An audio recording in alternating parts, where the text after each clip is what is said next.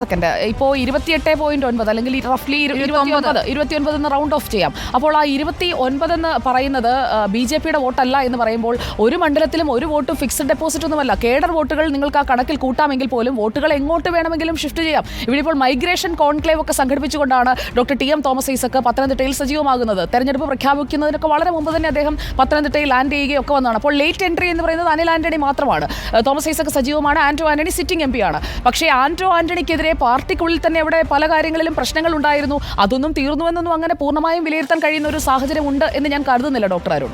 Okay, നോക്കൂ, ഒരു കാര്യം കൂടി ഞാൻ കൂട്ടിച്ചേർത്തോട്ടെ. അതായത് നമ്മൾ 2016 മുതലാണ് പത്തനംതിട്ടയെ കാണേണ്ടത്. 2016 അവിടെ ഉണ്ടായിരുന്ന 5 നിയമസഭാ സീറ്റുകളും CPM പിടിച്ചെടുത്തു.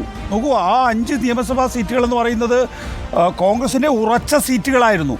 ആ 5 സീറ്റുകളും പിടിച്ചെടുത്തു എന്ന് മാത്രമല്ല 2021 നിയമസഭാ തെരഞ്ഞെടുപ്പിലേക്ക് വന്നപ്പോഴേക്കും അത് ആവർത്തിക്കപ്പെട്ടു എന്നുള്ളതാണ്. ഇപ്പോൾ അങ്ങനെ നോക്കുമ്പോൾ നമ്മൾ 2016 മുതലുള്ള ചരിത്രം നോക്കുമ്പോൾ 2014 2019 മാത്രം എടുക്കുക. 2014 ഒരു പെർസെപ്ഷൻ ക്രിയേറ്റ് ചെയ്യാൻ ഫിലിപ്പോസ് തോമസിന് സാധിച്ചിട്ടില്ല. കാരണം 2016 ഈ ചേഞ്ച് നമ്മൾ ബാലറ്റ് ബോക്സിൽ കാണുന്നത്. പക്ഷേ 2019 എത്തുമ്പോൾ വീണ ജോർജ് ആ പെർസെപ്ഷൻ സൃഷ്ടിച്ചിരുന്നു. വീണ ജോർജിന് ജയിക്കാൻ കഴിയും എന്നുള്ള പ്രതീക്ഷ ആറന്മുള നിയമസഭാംഗമായിട്ടുള്ള വീണ ജോർജിനെ പത്തനംതിട്ട ലോക്സഭാ മണ്ഡലത്തിലേക്ക് നിർത്തുമ്പോൾ സ്വാഭാവികമായിട്ടും ആ മണ്ഡലത്തിൽ ജയിച്ചു വരാം. പക്ഷേ അപ്പോഴാണ് ഈ പറയുന്ന ശബരിമല പ്രശ്നം വന്നത്, അതുപോലെ തന്നെ രാഹുൽ ഗാന്ധിയുടെ സാന്നിധ്യം വന്നത്. അല്ല, ശബരിമലയുടെ സമയത്ത് വലിയ രീതിയിലുള്ള ഡിപ്പ് CPM സംഭവിച്ചിട്ടില്ല കേട്ടോ. ഇല്ല, 34% നിന്ന് 32.8 അല്ല, 2% താഴേക്ക് വരുമ്പോൾ പിടിച്ചിർത്തിയ വീണ തന്നെയാണ്. UDF 4% വീണു. അവിടെയാണ് സുരേന്ദ്രൻ 13% ഉയർച്ച രേഖപ്പെടുത്തുന്നത്.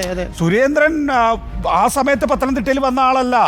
സുരേന്ദ്രൻ അതിനു മുമ്പ് തന്നെ പത്തനംതിട്ട കേന്ദ്രീകരിച്ച് കോന്നിയിൽ മത്സരിച്ചിട്ടുള്ള ആളാണ്. അപ്പോൾ സുരേന്ദ്രൻ്റെ ഒരു ഹോം കോൺസ്റ്റിറ്റ്യുവൻസി സ്വഭാവം യഥാർത്ഥത്തിൽ പത്തനംതിട്ടയ്ക്കുണ്ടായിരുന്നു. അതേസമയം തന്നെ ഈ പറയുന്ന ശബരിമല പ്രക്ഷോഭത്തിൻ്റെ മുന്നണിയിൽ നിന്നുകൊണ്ട് പലതരത്തിലുള്ള സ്ട്രാറ്റജി നടപ്പാക്കാൻ ശ്രമിച്ച ആൾ കൂടിയാണ് സുരേന്ദ്രൻ. അപ്പോൾ സുരേന്ദ്രനെ സംബന്ധിച്ച് വലിയ വോട്ട് അവിടെ കൂടുമെന്ന കാര്യത്തിൽ അത് രണ്ടും സുരേന്ദ്രന് വലിയ നിലയിൽ വോട്ട് കൂടിയപ്പോൾ ആന്റോ ആന്റണിക്കും വീണയ്ക്കും വോട്ട് കുറഞ്ഞു. ആന്റോ ആന്റണിക്കാണ് ഏറ്റവും കൂടുതൽ ആന്റോ ആന്റണിക്കാണ്. ഒരു കാര്യം കൂടി നോക്കൂ, ഇതിൽ 13%, 14% ഡിഫറൻസ് ആണ് BJP-യുടെ ഗ്രോത്തിൽ ഉണ്ടായിരിക്കുന്നത്. അതിൽ ഇനി എത്രയായിരിക്കും അനിൽ ആന്റണി റീറ്റെയിൻ ചെയ്യാൻ സാധ്യതയുള്ളത്? ഞാൻ പറയുന്നു, ഇതിൽ 8% വോട്ടുകൾ നമ്മുടെ ഈ കണക്ക് പ്രകാരം തിരിച്ച് ഈ 2 മുന്നണികളിലേക്കുമായിട്ട് തിരിച്ചു പോകാനുള്ള സാധ്യതയുണ്ട്. 8% വോട്ടുകൾ തിരിച്ചു പോകും. അങ്ങനെ 8% വോട്ടുകൾ തിരിച്ചു പോയാൽ ആർക്കൊക്കെയാണ് അത് ഡിസ്ട്രിബ്യൂട്ട് ചെയ്യുക എന്നതാണ് പ്രധാനപ്പെട്ട വിഷയം.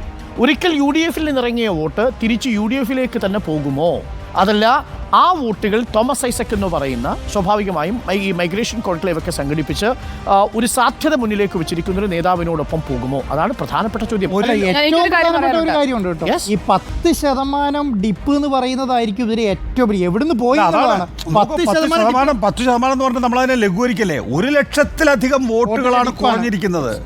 അല്ല, അത് ആന്റി ഇൻകംബൻസിയാണ്, സംശയമൊന്നുമില്ല. പക്ഷേ ആ ആന്റി ഇൻകംബൻസി തടഞ്ഞു നിർത്തിയത് ഈ പറയുന്ന ശബരിമല വിഷയമാണ് 2019. ഡോക്ടർ അരുൺ, നേരത്തെ K. സുരേന്ദ്രന്റെ ഇലക്ഷനെ കുറിച്ച് പറഞ്ഞപ്പോൾ ഇവിടെ നികേഷ് സാർ സൂചിപ്പിച്ചല്ലോ, കോന്നി കേന്ദ്രീകരിച്ച്. അങ്ങനെയല്ല, 2019 ലോക്സഭാ തെരഞ്ഞെടുപ്പിലാണ് പത്തനംതിട്ടയിലേക്ക് ആദ്യമായി K. സുരേന്ദ്രൻ വരുന്നത്. അതിനുശേഷം അടൂർ പ്രകാശ് ആറ്റിങ്ങൽ MP ആയപ്പോഴുള്ള ബൈ ഇലക്ഷനാണ് കോന്നിയിൽ ആദ്യമായി K. സുരേന്ദ്രൻ മത്സരിക്കുന്നത്. 2021 വീണ്ടും മത്സരിക്കുന്നു. അല്ലാതെ നേരത്തെ കോന്നിയിലുള്ള ആളല്ല, ഫ്രഷ് ആയിട്ടാണ് വന്നത്. ഈ 2019 തെരഞ്ഞെടുപ്പിൽ മറ്റ് സ്ഥാനാർത്ഥികളെക്കാൾ കുറച്ച് ദിവസങ്ങൾ മാത്രമാണ്, 1 മാസത്തിൽ താഴെ സമയം മാത്രമാണ് ക്യാമ്പയിനും സുരേന്ദ്രൻ 2019 ഉണ്ടായിരുന്നത്. എന്നിട്ടും അത്രയും വോട്ട് കിട്ടിയെങ്കിൽ ഇത്തവണ അനിൽ ആന്റണിക്ക് വേണ്ടി പാർട്ടി സംവിധാനം മുഴുവൻ ഇറങ്ങിയിട്ടുണ്ട്. അപ്പോൾ ആ വോട്ടുകൾ നിലനിൽക്കില്ല എന്ന് നമുക്ക് ഇന്ന് ഇവിടെ ഇരുന്ന് പറയാൻ കഴിയില്ല എന്നുള്ളതാണ് എൻ്റെ ടേക്ക്. ഞാൻ അക്കാര്യത്തിൽ പറഞ്ഞത് കോന്നിയിൽ ആദ്യം വന്നു എന്നല്ല. ഒരു കാര്യം പറയുമ്പോൾ അത് വൃത്തിയായി മനസ്സിലാക്കണം. അതായത് കോന്നി കേന്ദ്രീകരിച്ചു പ്രവർത്തിച്ചു എന്നാണ് അങ്ങ് പറഞ്ഞത്. കോന്നിയിലേക്ക് സുരേന്ദ്രൻ എത്തുമ്പോഴാണ് സുരേന്ദ്രൻ ഒരു ജയിക്കാൻ സാധ്യതയുള്ള സ്ഥാനാർത്ഥി എന്നുള്ള നിലയിലേക്ക് പ്രൊജക്ട് ചെയ്യപ്പെട്ടിട്ടുള്ളത്. അതിനു മുമ്പ് പത്തനംതിട്ടയിൽ മത്സരിച്ചിട്ടുള്ളത് മുൻകാലങ്ങളിൽ അവിടെ ഉണ്ടായിട്ടുള്ള വോട്ട് ഷെയർ കണ്ടിട്ടാണ്. അതിൽ സുരേന്ദ്രന് വലിയ മാറ്റം ഉണ്ടാക്കാൻ കഴിഞ്ഞിട്ടില്ല. പക്ഷേ കോന്നിയിൽ മത്സരിക്കുന്ന സമയത്ത് സുരേന്ദ്രൻ ജയിക്കാനുള്ള സാധ്യത പോലും അവിടെ പ്രവചിക്കപ്പെട്ടിരുന്നു.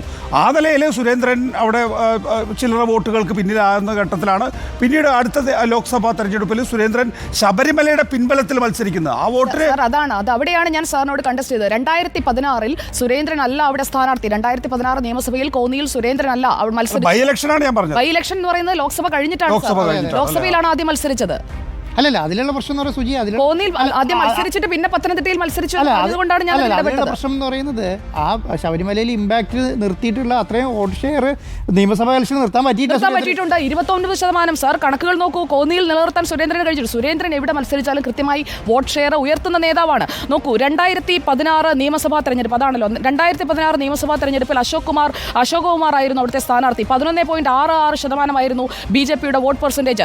2019 ബൈ ഇലക്ഷന് കോന്നിയിലേക്ക് കെ സുരേന്ദ്രൻ വരുമ്പോൾ അത് 28.65% ഉയർത്തി. രണ്ടാം സ്ഥാനത്തുള്ള മോഹൻരാജിനേക്കാൾ കേവലം 3% മാത്രമേ വ്യത്യാസമുള്ളൂ. കോന്നിയിൽ സുരേന്ദ്രൻ വോട്ട് ഉയർത്തിയിട്ടുണ്ട്.